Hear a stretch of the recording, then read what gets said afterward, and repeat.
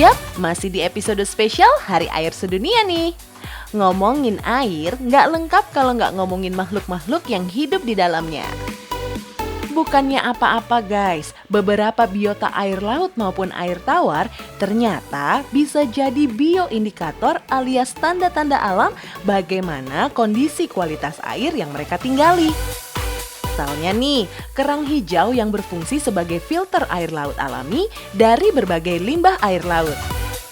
Makanya yang doyan makan kerang hijau terus kerangnya dipanen dari laut tercemar, bye-bye, bikin alergi guys. Parahnya lagi, kalau yang nyangkut di tubuhnya kerang atau ikan yang kita konsumsi itu semacam logam berat kayak merkuri. Bahaya guys, bahaya.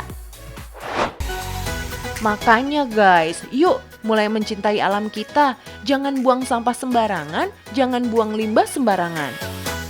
Kasian sama ikan-ikan dan tumbuhan yang tinggal di sana.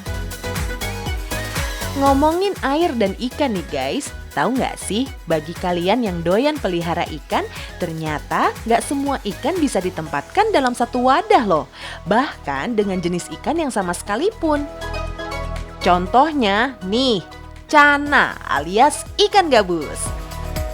Spesies ikan ini bersifat teritorial dan menyerang sesama jenis yang masuk ke wilayah mereka. Oh ya, ikan gabus dikenal dengan banyak nama di banyak daerah. Ada yang bilang ikan bogo, ikan kutuk, sampai ikan aruan atau haruan versi masyarakat Melayu. Di luar negeri sebutannya lebih sangar lagi guys. Common snake head atau striped snake head karena kepalanya yang mirip sama ular. Hiiii.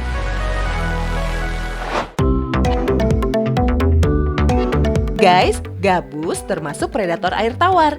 Ikan ini suka berburu serta menangkap dan memakan hewan lain seperti serangga, cacing, anak katak, dan ikan-ikan kecil lainnya. Jagoan banget deh pokoknya. Makanya di negara seperti Amerika, ikan ini diburu karena kebiasaannya memangsa ikan kecil. Dari kecil aja kehidupan ikan predator dah keras guys. Jadi saat baru menetas, gabus cana hidup berkoloni. Nah, saudara-saudaranya yang punya ukuran lebih kecil bakal jadi sasaran empuk buat dimakan sama gabus yang tubuhnya lebih besar. Ini baru yang namanya ikan makan ikan. Kanibal abis guys. Jadi kalau kamu termasuk temen yang suka makan temen, tahu kan julukannya apa? By the way, tahu nggak sih beda hewan predator dan hewan buas? Jadi gini guys, kalau hewan buas biasanya merujuk kepada tampilan yang sangar dan dirasa berbahaya bagi manusia. Sementara predator adalah semua hewan pemangsa dan bisa saja berbentuk imut lucu atau menarik seperti otter, ferret, atau kayak si cana ini guys.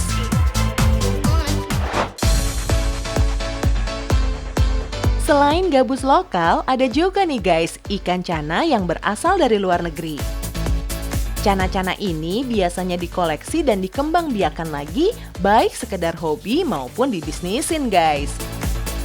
Ada Mas Heru nih yang mengoleksi dan membiakan berbagai jenis cana di rumahnya di Kota Malang, Jawa Timur. Ada berbagai jenis cana seperti ikan cana Stewart, auranti, hingga bleheri dari negara India.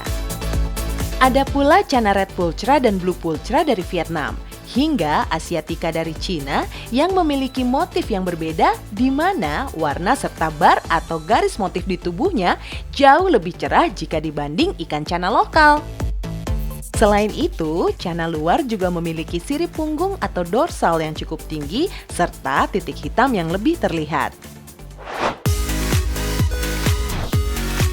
Namun, cana lokal tak kalah beken kok guys. Ada cana striata dan cana marulioides atau cana maru. Yang satu ini sudah beberapa kali memenangkan kontes guys. Cana maru jenis Yellow Sentarum ini konon habitat aslinya ada di Danau Sentarum, Kalimantan Barat.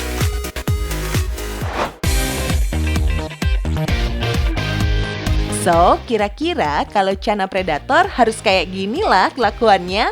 Nantangin gitu guys, ngajak ribut aja bawaannya. Cana bisa hidup di beragam kondisi air tawar, dari yang jernih sampai yang butek. Kalau ini sih buteknya karena daun ketapang guys.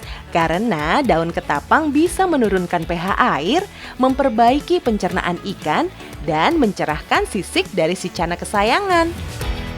Soal harga, nih kita bocorin. Untuk anakan mulai dari puluhan sampai ratusan ribu rupiah. Makin gede si Cana dewasa, harganya lebih wow lagi guys. Mencapai jutaan bahkan belasan juta rupiah.